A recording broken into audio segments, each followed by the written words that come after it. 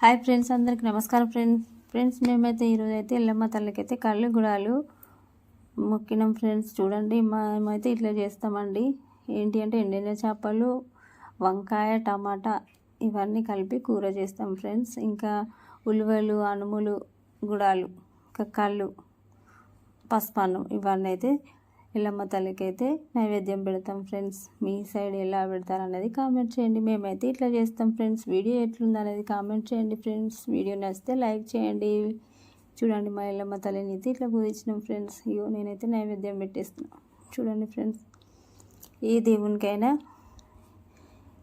ఏ సీజన్లో ఏ దేవునికి చేస్తామో ఆ దేవునికి అయితే మాకు తోచినంతలో అయితే ఇట్లా చేసుకుంటాం ఫ్రెండ్స్.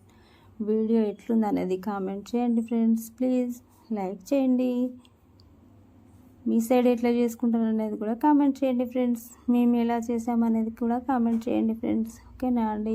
కళ్ళు గుడాలు అంటే ఇక ఎల్లమ్మ తల్లికి అంటే కళ్ళు గుడాలు పోసుకోవడం అని అంటాం ఫ్రెండ్స్. మేమైతే వీడియో ఎట్లుంది అనేది కామెంట్ చేయండి ఫ్రెండ్స్. చూసారా, కళ్ళు పర్ఫెక్ట్గా ఇక చెట్టు కళ్ళు అంటే చెట్టు కళ్ళు ఇక చూడండి ఫ్రెండ్స్. దేవుణ్ణి అయితే ఇట్లా పూజించుకున్నాం మేము. ఓకేనా ఫ్రెండ్స్, లైక్ చేయండి ప్లీజ్. వీడియో